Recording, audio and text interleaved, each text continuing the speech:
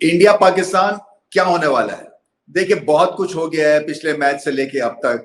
Controversy से लेके एक तरह से इमोशंस पहले ही रॉ थे, अब और ज्यादा रॉ हो गए हैं, क्योंकि जो चीजें हैं वो एक तरह से हाथ से ऑलमोस्ट निकल सी गई हैं, ऐसा महसूस होता है। क्योंकि अगले मैच में जब तक के रूल्स ऑफ एंगेजमेंट नहीं तय होते हैं, मैं समझता हूं कि फिर मादर पिदर आजाद वाली गेम हो जानी है। अगला मैच होना है और फिर से वो कह रहे हैं जी कि अगर हम फाइनल जीतते हैं भारत, तो हम जो चेयरमैन पाकिस्तान क्रिकेट बोर्ड से ट्रॉफी नहीं लेंगे। सो मामले बहुत टेढ़े हो गए हुए हैं। सो किसी ना किसी को बैठ के, चाहे वो एसीसी के नीचे आता है या आईसीसी के नीचे आता है, या बायलैटरली दोनों टीम से डिसाइड करें कि अगर मामलात इसी तरह से बढ़ते रहे तो फिर हालात काबू से निकल जाएंगे। फिर एंडी पाइक्रफ्ट क्या, एंडी पाइक्रफ्ट प्लस भी आ जाएं, 2-3 रेफरी रख लें, 4-5 आप न्यूट्रल अंपायर्स भी रख लें, वो मामला सेटल नहीं होगा। तो थोड़ा सा रिस्पॉन्सिबली एक्ट करना है, और मैं उम्मीद यही करता हूं कि क्रिकेट के ऊपर फोकस होगा। और पाकिस्तान की बात करते हैं। देखिए, पाकिस्तान है under pressure from cricketing point of view, इसलिए कि भारत की टीम बहुत बेहतरीन टीम बन चुकी है। पाकिस्तान टीम जो है, पिछले मैच को अगर सामने रखे तो ऐसा लगता है कि उनको कम से कम जो है 11 कदम बनते हैं मैच जीतने के लिए, तो पाकिस्तान को 10 कदम उठाने की जरूरत है। इतने पीछे हैं भारत से क्रिकेट फील्ड में। और क्रिकेट फील्ड मैं समझता हूं कि वही डिसाइड करेगी at the end of the day कि किसका पल्ला भारी है। एक तरह से जो नैरेटिव कंट्रोल हम बात कर रहे हैं ना ऑफ द फील्ड, वो ऑन द फील्ड अगर पाकिस्तान कंट्रोल कर लेते हैं ये मुकाबले को, तो फिर सारी चीजें हल हो जाएंगी। फिर आपको कहीं किसी चीज के ऊपर जाने की जरूरत नहीं है, क्योंकि आपने बल्ले और बॉल से जवाब देना है। और मैं हमेशा यही समझता हूं कि ये बेस्ट तरीका है, क्योंकि क्या है कि भारत को एक तरह से ये एहसास है, और किसी एतबार से ठीक भी एहसास है, कि पाकिस्तान अब उनके मुकाबले की टीम नहीं है। सो पहले भी ऐसे वो समझते थे जब हमने उनको एक आधे मैच में हराया था। तो उसमें बात सारी यही है कि आपकी जितनी क्रिकेट का निचोड़ है ना, जितने आपने सीखा है या आपका सिस्टम ने आपको सिखाया है, या जो टैलेंट ऊपर बन के आया है इस टीम की शक्ल में, उसको भारत को इम्प्रेस करने का सिर्फ एक ही मैच होता है, या अब इस दफा 2 मिल गए हैं। सारा जो गुस्सा निकालना, मैं समझता हूं कि इस वक्त पाकिस्तान की जो टीम है वो थोड़ी सी प्रेशर में भी होगी और बहुत सारा गुस्सा भी होगा। सो गुस्सा अनलीश करना बड़ा जरूरी है बैट और बॉल के थ्रू, और अपनी बेस्ट क्रिकेट खेलें। तो चलते हैं मेरे फेवरेट सेगमेंट की तरफ, Rooh Afza refreshing moment of the match.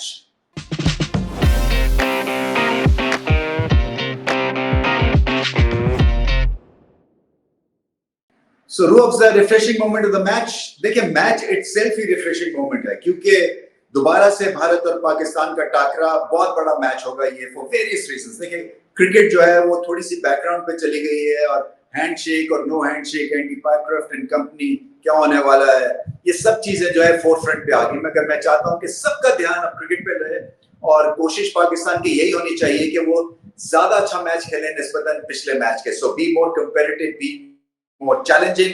Bharat के लिए एक और मौका है पाकिस्तान से मैच जीतने का। फेवरेट्स लग रहे हैं, मगर इस वक्त मैं इंडिविजुअल को पिक नहीं कर रहा जो कि रूह Afza refreshing moment of the match बनेंगे, क्योंकि थोड़ा सा जो है मैं भी 50-50 हूँ किसको नॉमिनेट करना चाहिए। बट मेरे लिए इटसेल्फ इस वक्त एज अ प्रीव्यू ये एक बहुत बड़ी बात है कि भारत और पाकिस्तान दोबारा से मैच खेल रहे हैं। सो ये एक तरह से टेम्परमेंट की गेम है, एक तरह से पॉलिटिकल गेम भी बन चुकी है। सारे लोगों की, दुनिया की नजरें अब इस पे जम गई हुई हैं बिकॉज ऑफ भारतीय प्लेयर्स के रिफ्यूज टू हैंडशेक करने की वजह से। सो पाकिस्तान के लिए ऑल टू प्ले फॉर है, और पिछली परफॉर्मेंस को भुला दें। मैं तो ये भी कह रहा हूं कि उससे मत सीखें कि क्या चीजें हमारी ठीक होनी चाहिए थी, क्या नहीं। वो एक बैड ड्रीम की तरह हटा दें।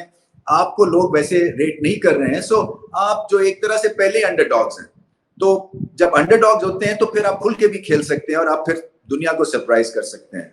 तो करने की क्या बात है। देखें, बैटिंग जो है वो खासी लटकी हुई है, और यूएई के अगेंस्ट भी अगर वो शाहीन अफरीदी स्कोर एंड में ना करते तो मामला बहुत टेढ़ा हो जाना। और पार्टनरशिप्स की गेम है, सिंगल्स की गेम है, विकेटें लूज करने से रिदम किल होता है और डॉट बॉल्स खेलने से रिदम किल होता है। तो पाकिस्तान को पता है ये दो चीजें नहीं करनी है। और फिर साइम अयूब को फॉर्म में आना है, बहुत जरूरी है। साइम अयूब जो है वो क्लिक करें, क्योंकि जब वो क्लिक करें और उनका दिन होगा तो मैच विनर साबित होंगे। इसी तरह से हसन नवाज खौफजदा क्यों खेल रहे हैं?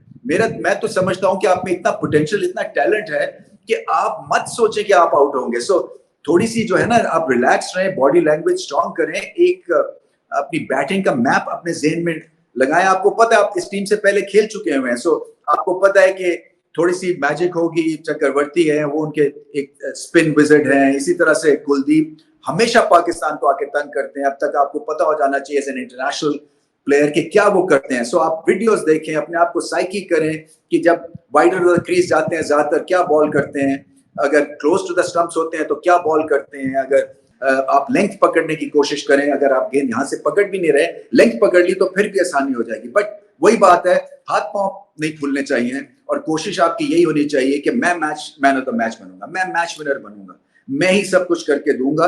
तो 3-4 जगह के ऊपर पाकिस्तान को अपने आप को उठाना है, साइकोलॉजिकली, टेक्निकली, मेंटली। उसके बाद एक दूसरे की हेल्प, फील्डिंग लाजवाब हो, हाफ चांसेस की भी कोशिश करें, ओपनिंग बस्ट बॉलिंग का बड़ा शानदार होना चाहिए, विकेट्स लेने की करें, हर वक्त विकेट लेने की करें। सलमान अली आगा की बॉडी लैंग्वेज जो है वो स्ट्रांग होनी चाहिए, उनकी अपनी बैटिंग स्ट्रांग होनी चाहिए, उनमें बहुत पोटेंशियल है। सो अपने आप को बार बार आप ये कहें कि मेरे से बड़ा कोई बल्लेबाज नहीं, मेरे से बड़ा कोई बैट्समैन नहीं है, इसी तरह से ही आप एक बड़ी टीम का मुकाबला कर सकेंगे।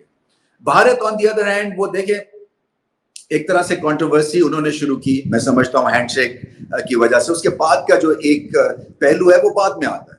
सो उन पे भी एक तरह से प्रेशर तो है कि उनको फॉलो थ्रू करना है अपनी एक मैसिव विन के बाद। उन पे भी प्रेशर होगा, उन पे भी एक तरह से अब ये ओनस है कि वो दोबारा मैच जीतें और उनकी टीम है जो कि पाकिस्तान को हरा सकती है, और कहना पड़ेगा कि बार बार हरा सकती है। बट क्या है कि मैं हमेशा मानता हूं कि इंडिया पाकिस्तान स्टैट्स से और पास्ट परफॉर्मेंसेस से निकल के उस दिन गेम का नाम है। उस दिन कौन अच्छा खेलता है, उस दिन प्रेशर कौन अच्छा हैंडल करता है, उस दिन बैटिंग किसकी क्लिक करती है, बॉलिंग किसकी क्लिक करती है, एक ब्रिलियंट कैच, एक ब्रिलियंट रन आउट मैच का पासा पलट सकती है। सो जो हैवी वेट तो है ही है वो पाकिस्तान के अगेंस्ट भारत की टीम।